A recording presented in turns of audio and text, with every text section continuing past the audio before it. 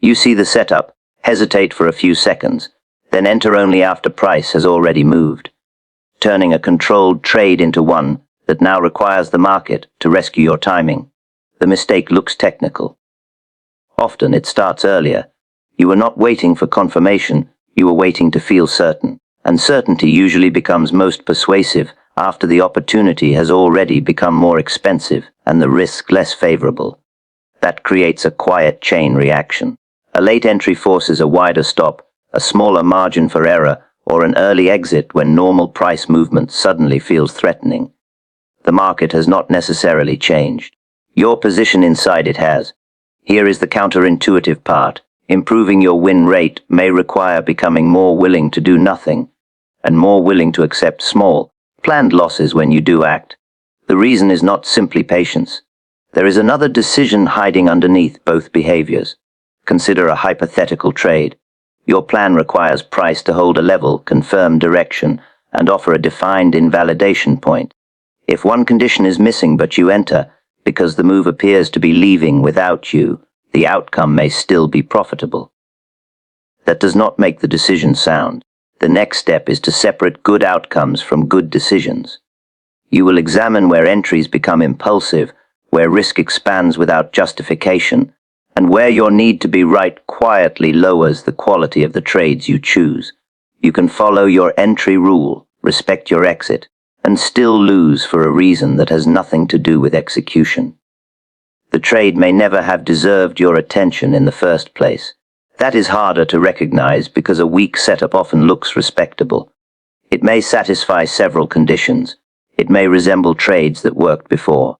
Nothing about it appears obviously reckless. The problem is that acceptable slowly becomes enough. Watch what happens when you sit in front of the market with money available and no position. The longer you observe, the easier it becomes to find reasons to participate. A level that was only interesting becomes important. A pattern that was incomplete begins to look close enough.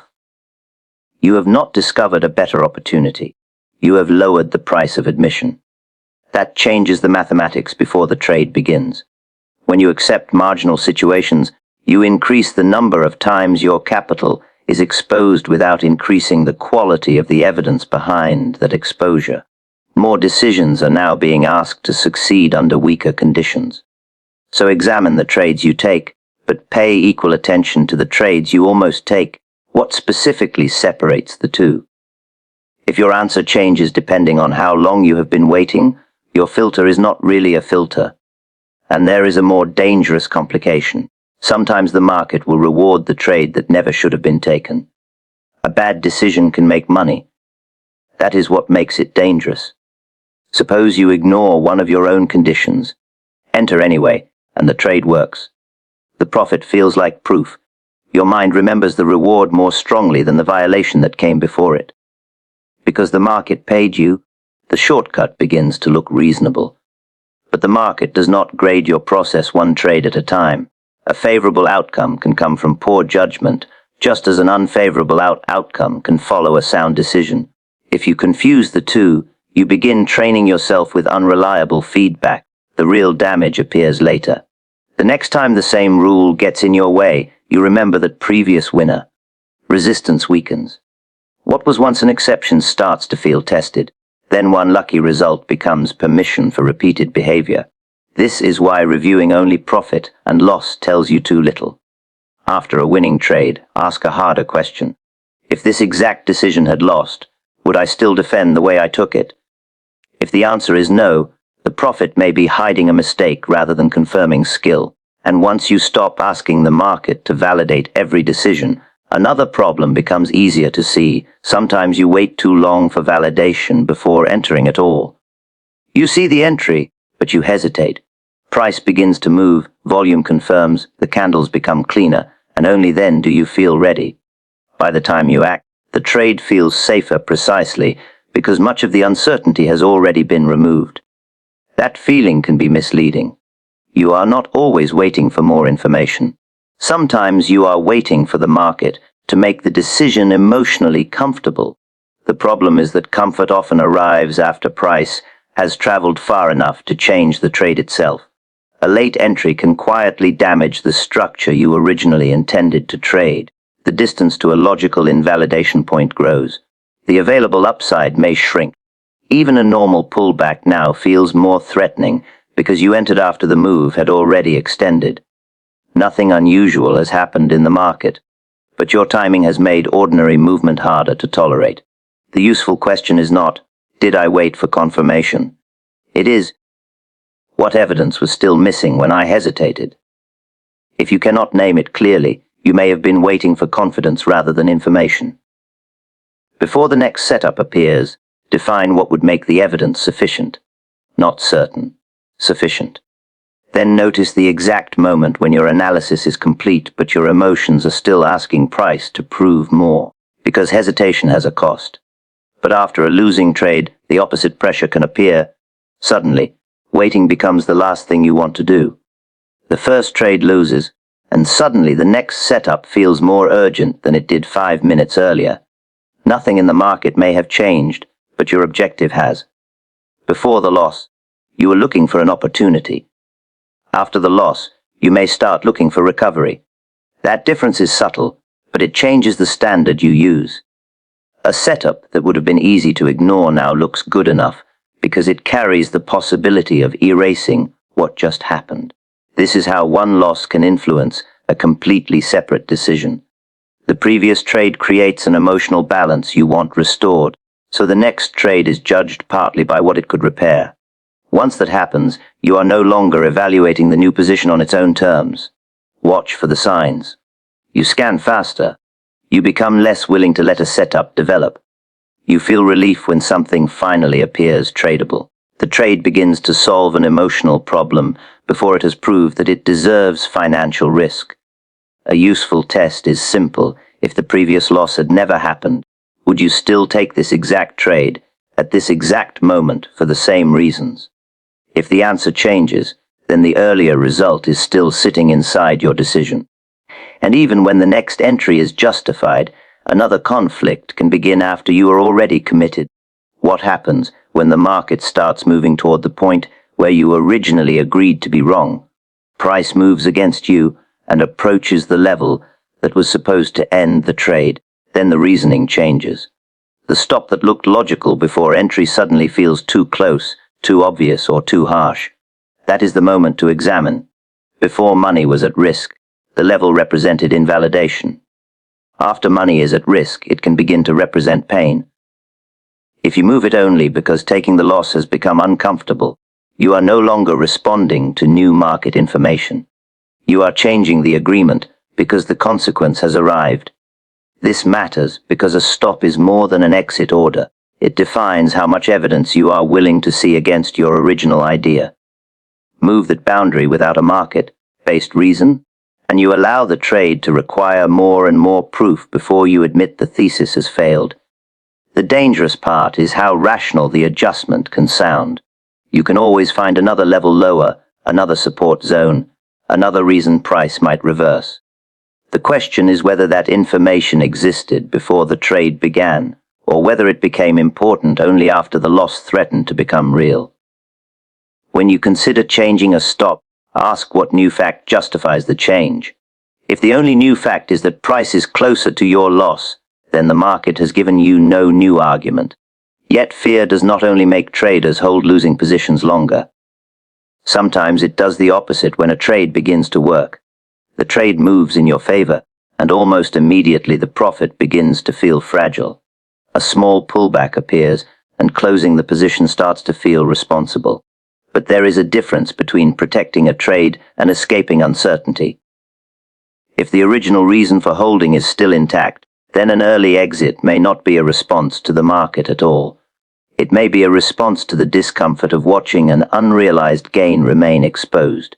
That matters because frequent small winners can create a misleading sense of control.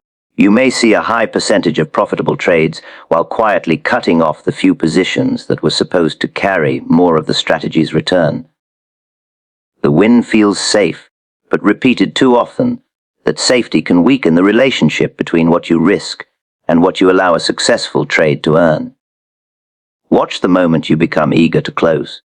Did price actually violate something important, or did the profit simply become large enough that giving any of it back felt unacceptable? A hypothetical trade can be working exactly as planned, pull back normally, and still trigger an early exit because the open gain has started to feel like money already owned. The market has not taken anything from you. Your mind has simply converted possibility into possession, and when no position is open at all, a different discomfort appears, the pressure to make something happen. You have been watching for hours, and nothing has required action. Then the silence itself starts to feel like a problem. You came to trade, so doing nothing begins to feel like wasted time. That pressure is dangerous because the market has not changed. Only your tolerance for inactivity has changed. A setup that looked ordinary earlier now receives more attention simply because it gives you something to do. The longer this continues, the easier it becomes to confuse effort with participation. You have studied, waited, watched every move, and your mind begins to expect some return for that attention. But the market does not owe you an opportunity because you spent the morning looking for one. This creates a specific distortion. You stop asking whether conditions justify a trade and start asking whether you can find a trade inside the conditions you have. The first question observes, the second searches for permission. Notice the moment your language changes. There is nothing here becomes, maybe this is enough. That shift matters because inactivity has started influencing interpretation. A useful discipline is to treat no trade as a legitimate decision, not an unfinished one. If nothing meets the conditions, the session can still be complete. But even when a valid trade finally appears, another variable can change how clearly you see it, the amount of risk you attach to the position. The setup looks familiar until you double the size. Then every small move seems louder. The chart has not become more volatile because you committed more money. Your exposure has changed the meaning of the movement. A routine fluctuation that was easy to observe at normal size can suddenly feel urgent when each tick carries more consequence. That is why position size is not only a question of financial risk. It can change the quality of your perception. Once the amount at stake exceeds what you can comfortably process, attention narrows.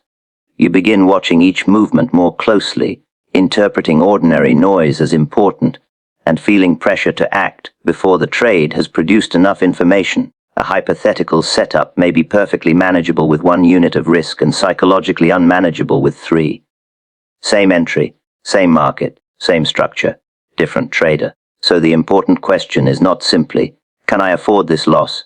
It is also, can I still think clearly while this amount is moving against and for me? If size causes you to abandon the way you normally read price, then the position has already altered your process before the market proves anything. And once execution becomes unstable, it becomes tempting to blame the method itself, which leads to another costly mistake, changing a system before you have enough evidence to judge it. A strategy loses 3 trades, and suddenly every rule begins to look suspicious. You adjust an entry condition, remove a setup, add a filter, and tell yourself you are improving the method. But once you change the method, you also change the evidence you are collecting. The next result no longer belongs to the same process as the last one. If you keep modifying rules whenever short-term results become uncomfortable, you never build a clean record of what the strategy actually does. That creates a difficult trap. You want certainty before giving the method enough time to reveal its strengths and weaknesses, but the constant changes prevent that evidence from ever becoming clear. Each adjustment produces a new version, and each new version resets the question. This does not mean a strategy should be defended forever.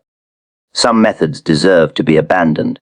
The problem is changing them before you can identify whether the weakness belongs to the method or merely to a small run of outcomes. Before altering a rule, ask what specific evidence now exists that did not exist when the rule was created. If the answer is only that recent trades lost, you may be reacting to discomfort rather than discovering a flaw, and even a stable method can fail when something outside the pattern changes, because the same setup does not mean the same thing in every market environment. The setup looks exactly like the one you trust. Same shape, same trigger, same familiar sequence. But this time it fails, and the temptation is to blame the pattern. The pattern may not be the real difference. A breakout inside a strong directional market is not the same event as a breakout inside a narrow, indecisive range. The chart can show the same formation, while the forces surrounding it are completely different. That is where recognition becomes dangerous. Your eye learns the shape faster than your judgment learns the environment. Once the pattern appears, familiarity creates confidence, and context becomes something you notice afterward. But a setup does not exist in isolation. Its probability depends partly on what price has been doing around it. Is movement expanding or contracting? Is price moving freely or repeatedly reversing?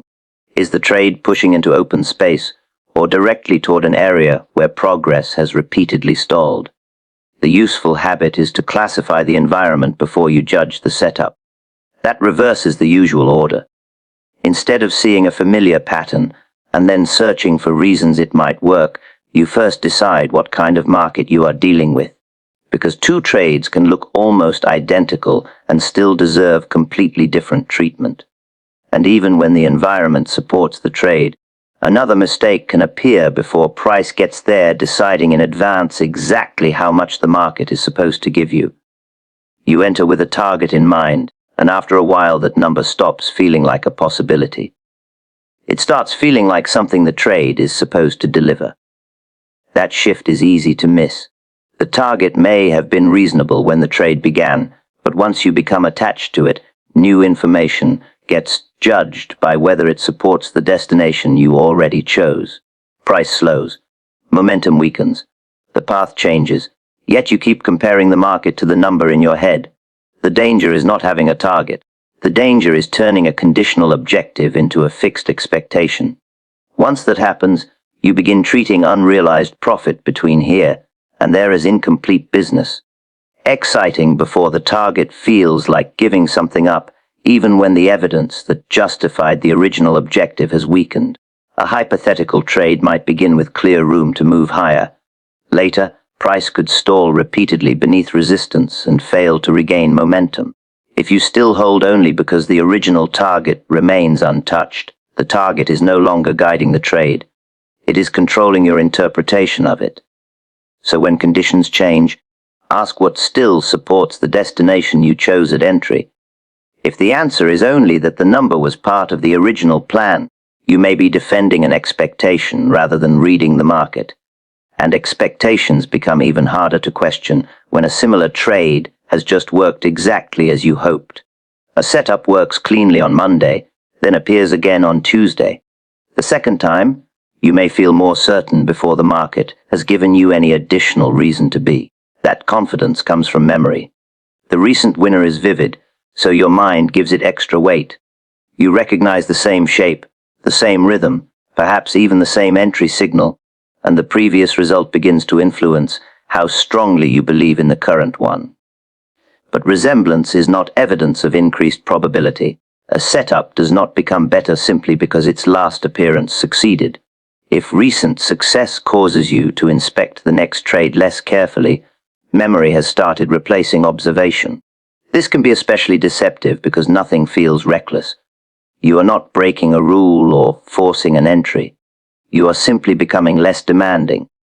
Small differences that would normally deserve attention are dismissed because the pattern already carries a favorable emotional history.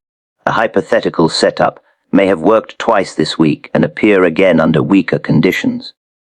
The question is not whether it looks familiar. The question is whether this occurrence independently deserves the same confidence. Before entering, mentally remove the previous winner. If you had never seen that trade, would the current evidence still persuade you to the same degree?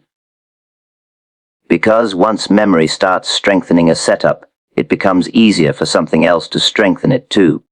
A convincing story about why the market should move in your direction. A market story can become more convincing than the market itself. You expect a move because the news supports it, the economic backdrop appears favorable, or the explanation simply makes sense. The danger begins when the explanation stops being a hypothesis and becomes a commitment. Once you believe you understand why price should move, Contradictory evidence becomes easier to dismiss. Weakness becomes temporary. Failure to advance becomes consolidation. Every opposing signal receives another explanation. That is how analysis can turn into defense. The more elegant the story, the harder it becomes to admit that price is not confirming it. You are no longer asking what the market is doing. You are asking how the current action can still fit what you already believe. A hypothetical stock may have strong earnings, favorable headlines, and a convincing bullish case. Yet if buyers repeatedly fail to push price higher, that failure is observable information. The story may still be true in a broader sense, but the trade can still be wrong in timing, direction, or structure. Before acting on a narrative, decide what price behavior would make you question it. If nothing could change your mind, you are not testing an idea, you are protecting one. And sometimes the moment you finally accept that the original opportunity is gone, a new pressure appears. The urge to chase what you believe you should have caught earlier. The move starts without you. You had the level marked, you understood the setup, but price leaves before you act. A few moments later, the trade you planned is gone.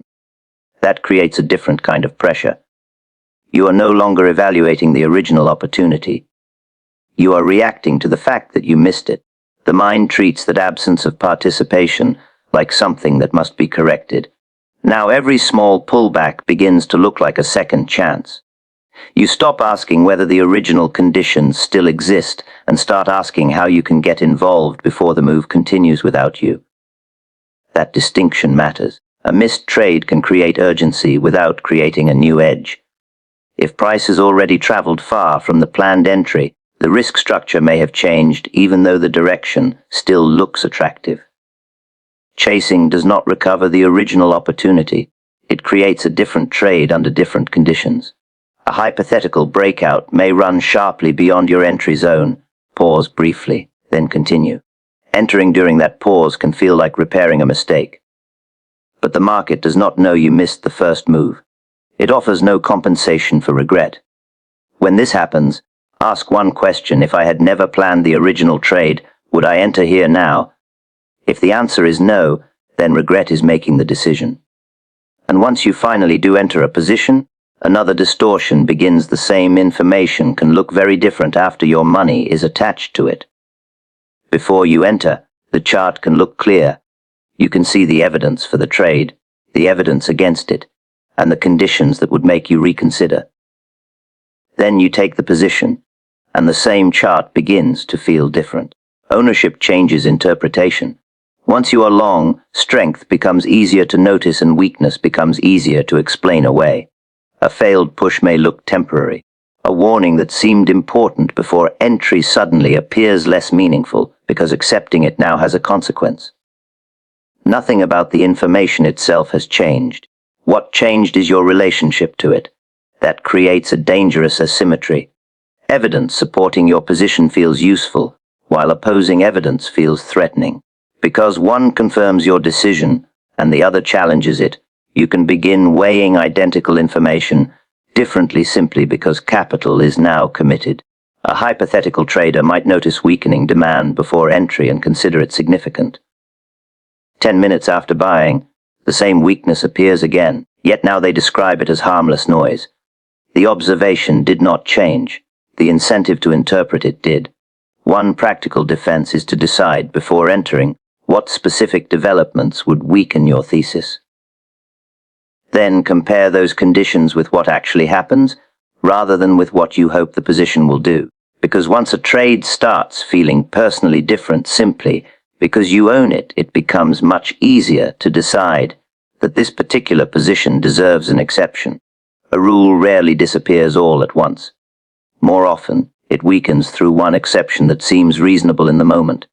You tell yourself this trade is different. The setup is cleaner, the move is stronger, or the circumstances are unusual enough to justify bending the rule. If nothing bad happens, the exception becomes easier to defend the next time. That is where the damage begins. The market does not need to punish a rule break immediately for the decision to be costly. Sometimes the real consequence is that you have created a precedent. What was once prohibited now has a history of being allowed. A hypothetical trader may break a rule once and still finish the trade successfully. Later, when another questionable situation appears, the mind does not face a clean boundary anymore. It remembers that permission was granted before.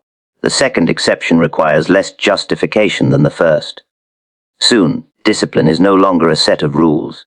It becomes a negotiation conducted under pressure. So when you feel tempted to make an exception, ask whether you are discovering a genuine flaw in the rule or simply inventing a reason not to follow it this time. If the rule truly needs revision, change it deliberately outside the trade, not in the moment when obedience is inconvenient. And even when the rules remain intact, another influence can quietly take control, the money flashing on the screen while the position is open. The position is open, and your eyes keep returning to one number, the unrealized profit and loss. It rises, falls, turns green, then red again.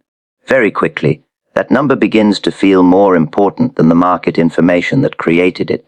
This is not simply fear of losing money. It is an attention problem. The P&L gives you immediate personal feedback, while price structure often develops more slowly.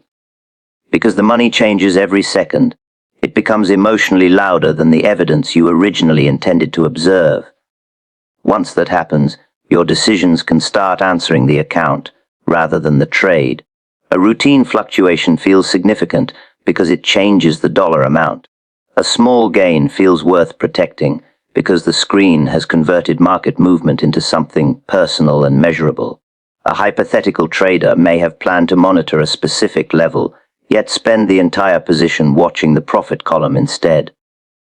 When price finally reaches that level, the decision has already been influenced by dozens of emotional reactions to the changing number. Try separating the two questions. What is price doing, and what is the money number making you feel compelled to do? If the second answer arrives faster than the first, your attention may already be compromised. But money is not the only thing that creates attachment before a decision. Sometimes the hours you spent studying a trade can make walking away feel just as difficult. You spend an hour studying a setup. You mark the levels, review the history, compare scenarios, and wait for the moment you expected. Then the conditions weaken, and walking away suddenly feels harder than it should. The problem is not the research. The problem is what the research begins to represent. Once you have invested enough time and concentration, taking no trade can feel as though all that work produced nothing. So the mind looks for a way to make the effort count. That changes the decision. Instead of asking whether the opportunity still deserves capital, you begin asking whether the remaining evidence is enough to justify everything you already put into studying it. The past effort has no power to improve the current trade, but psychologically, it can make abandoning the idea feel wasteful. Imagine a hypothetical setup you have followed for 3 days. By the third session, one of the conditions that originally attracted you has disappeared. If you had discovered the chart 5 minutes ago, you might reject it immediately. But because you have watched it develop for days, entering can feel like completing unfinished work. That is the test. Would you take this trade if all the preparation behind it were erased from memory? Research should improve the decision, not create an obligation to trade. And once you have invested that much effort in an idea, another force can make it even harder to question someone else agreeing with you. You study a trade and remain uncertain. Then someone you respect reaches the same conclusion, and suddenly the idea feels stronger. But their agreement has not changed the chart. It has changed your confidence. That distinction matters because borrowed conviction can make weak evidence feel complete simply because the burden of being wrong no longer feels entirely yours. Once another person supports the idea, you may stop testing it as carefully. Their certainty fills the gaps in your own analysis. You begin thinking less about what you can independently verify and more about the comfort of knowing someone else sees the same opportunity. A hypothetical trader might reject a setup when reviewing it alone, then take the exact same trade after hearing a confident analyst defend it. Nothing material has changed except the presence of another opinion. Yet that opinion can lower doubt enough to trigger action. The danger appears later if the market starts contradicting the trade. If your conviction was borrowed, your decision process becomes dependent on someone else staying convinced. You may hesitate to reassess because doing so means separating from the confidence that helped you enter. Before acting on outside agreement, ask a simple question. If that person disappeared from the conversation right now, would your own evidence still be enough? Because even when no one else is influencing the trade, another source of pressure can distort judgment. The feeling that time is running out and you still need a result. The session is nearly over and you are still flat, or the week is ending red. Suddenly a trade that looked ordinary an hour ago begins to feel more important because the clock is running out. The pressure does not come from price. It comes from the deadline you created around the result. You want the day to finish green, the week to recover, or the month to reach a number that now feels necessary.